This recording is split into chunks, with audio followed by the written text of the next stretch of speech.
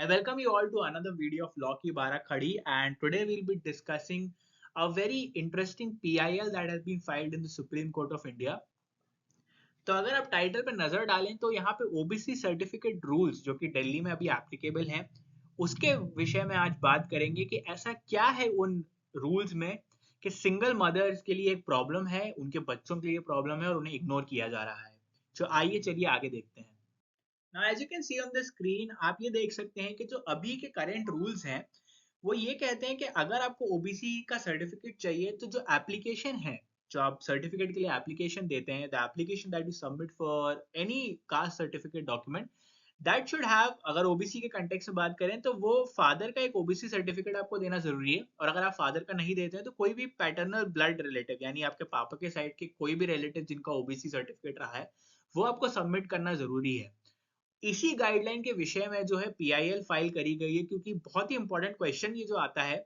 कि उन बच्चों का क्या होगा जो सिंगल मदर के द्वारा रेस किए गए हैं, जिनके पापा या तो अलग हो चुके हैं या वो पिक्चर में नहीं है, फैमिली के हैं, जिनको पूरी तरह से उनकी मम्मियों ने रेस किया है, तो वो ऐसे सर्टिफिकेट कहाँ से लाएंगे।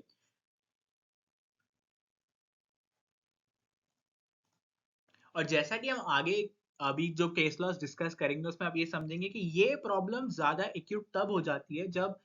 इंटर कास्ट मैरिज होती है। इसका मतलब ये कि जो फादर है वो कोई जनरल कास्ट या फॉरवर्ड कास्ट से रहे हैं और वहीं जो मदर हैं वो या तो एससी या एसटी कास्ट से हैं जो रिजर्वेशन ले सकती हैं। और जब उनने पूरी तरह से एक बच्चे को रेज किया है तो वो भी चाहेंगे कि जो उनकी कास्ट का सर्टिफिकेट है या जो रिजर्वेशन है वो उनके बच्चों को भी मिले। और इसी विषय में जो है ये पर्टिकुलर पीआईएल फाइल करी गई है। तो now it's interesting to note कि डिफरेंट हाई कोर्ट्स और सुप्रीम कोर्ट के भी एक जजमेंट है जिसमें उनने एक्सप्लिसिटली बात करी है कि अगर सिंगल पेरेंट सिंगल मदर है तो उनके बच्चों को वो कास्ट सर्टिफिकेट मिलेगा या नहीं मिलेगा। तो अगर हम सबसे पहले केस की बात करें तो वो है रमेश भाई वर्सेस स्टेट ऑफ गुजरात। तो ये केस रेफर करता है उन बच्चों के कास्ट स्टेटस को लेके जिनके माँ बाप ने जो है इंटरकास्ट मैरिज करी है, और जनरली उन पेरेंट्स के बारे में बात करता है जहाँ पे जो हस्बैंड है वो नॉन एसटी बैकग्राउंड से है, एससी एसटी बैकग्राउंड से है, और जो उनकी वाइफ है वो एससी एसटी की के बैकग्राउंड से है। तो इसमें कोर्ट ने ये बोला कि जो वाइफ है they can not take the caste of their husband, but जो बच्चे उस मैरिज से पैदा होंगे वो जनरली अपने फादर का कास्ट लेते हैं। तो अगर आप देखें तो अगर एक मैरिज है जिसमें जो फादर हैं वो जनरल कास्ट से हैं और जो मदर है वो एस सी एस टी की कास्ट से है, तो जो बच्चे पैदा होंगे वो भी जो है जनरल कास्ट के ही माने जाते हैं। तो अगर वो एस सी एस टी का अगर वो सर्टिफिकेट लेने की कोशिश करें तो उन्हें वो डिनाई कर दिया जाता है। अब कोर्ट ने इस पर्टिकुलर केस में एक एक्सेप्शन दिया था जिसमें उन्होंने ये बोला था कि अगर चाइल्ड अपनी मदर का कास्ट तब ले सकता है जब that child has been raised solely by the mother and there is a separation and divorce between the parents. तो the only exception that has been provided is कि उन पेरेंट्स के बीच में डिवोर्स हो चुका हो या वो मम्मी पापा जो है दोनों अलग रह रहे हैं और उनका जो बच्चा है वो उसको जो पूरा उसका जो है केयर किया गया है वो उनकी मम्मी के द्वारा ही किया गया है। चलिए आइए दूसरे केस के बारे में भी डिस्कस करते हैं। तो जो हमने दिल्ली गवर्नमेंट की गाइडलाइन के बारे में बात करी कास्ट सर्टिफिकेट इशू करने से रिलेटेड, उसी गाइडलाइन को चैलेंज किया गया था पहली बार इस केस में Rumi Chaudhary versus Department of Revenue में। इसमें जो पिटिशनर थी वो एक एयरफोर्स ऑफिसर है जो कि एससी कास्ट को बिलोंग करती थी और उनके दो बच्चे थे। अब इन दोनों बच्चों को उनने जो है खुद से पाला था, she was the sole caregiver. और इसी बेसिस पे उनने ये क्लेम किया कि जो उनके दोनों बच्चे हैं उनको एससी सर्टिफिकेट मिलना चाहिए and they are entitled to the SC certificate and जो भी उसके बेनिफिट्स आगे होंगे उसको लेके। अब what the court held is very interesting because इस पर्टिकुलर केस में दिल्ली हाई कोर्ट ने उनके आर्गुमेंट को रिजेक्ट कर दिया और ये बोला कि किसी भी कास्ट सर्टिफिकेट अगर किसी बच्चे को मिलना है तो वो बच्चा should have been subject to deprivation and disadvantage. इसका मतलब ये है कि जब वो अपनी मदर द्वारा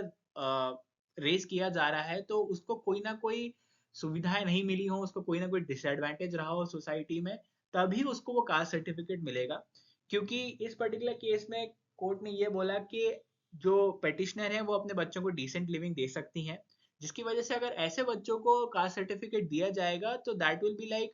हम किसी जेन्युइन एससी पर्सन से उसका अधिकार, उसका जो रिजर्वेशन लेने का जो अधिकार है वो हम उससे छीन लेंगे। अब इसी क्राइटेरिया को आगे बढ़ाते हुए गुवाहाटी हाई कोर्ट का जजमेंट है जो कि रेलेवेंट है इस पर्टिकुलर केस में, जिसमें Shrimati monsoon versus state of Assam का जो केस है, इसमें ये था कि जो पेटिशनर थी वो एक गवर्नमेंट सर्विस में थी और उनने ओबीसी बेसिस पे, कास्ट के बेसिस पे वो रिजर्वेशन क्लेम किया था और वो वहाँ पे उनने सर्टिफिकेट सबमिट किया था। तो गुवाहाटी हाई कोर्ट ने ये बोला था कि अगर चाइल्ड जो है वो अपनी मदर द्वारा रेज किया गया है अकेले, और मदर अगर कोई सी रिजर्व कैटेगरी को बिलोंग करती हैं, तो जो उनका बच्चा होगा वो भी वो बेनिफिट्स ले सकता है। अब इस पर्टिकुलर केस में जो उनके फादर थे पेटिशनर के, वो जनरल कास्ट के थे। अब इस प्रोसीडिंग के दौरान गुवाहाटी हाई कोर्ट ने जो इंक्वायरी रिपोर्ट सबमिट करी और जो उन्होंने इंक्वायरी कराई थी, उसमें रिपोर्ट में यही आया कि जब वो पिटिशनर जो है अपनी मदर की कम्युनिटी में ही रेस करी गई, और जब वो बड़ी हो रही थी तो उन्होंने काफी सारे डिसएडवांटेजेस फेस करे, जिसकी वजह से उनका जो ओबीसी सर्टिफिकेट है वो वैलिड है, क्योंकि उनकी मदर ने ही उन्हें सब रेस किया और उन्हें काफी डिसएडवांटेज हुआ, इसलिए उनका ओबीसी सर्टिफिकेट वैलिड है।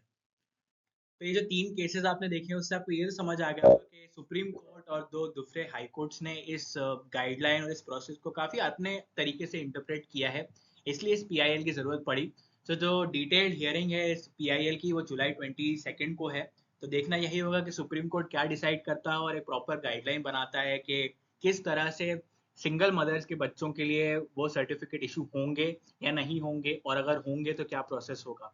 सो देखना यही होगा कि सुप्रीम कोर्ट क्या डिसाइड करता है। Thank you for watching this video. Please do like, share and subscribe law की बारा खड़ी for more such videos and information on law and law related topics. Thank you.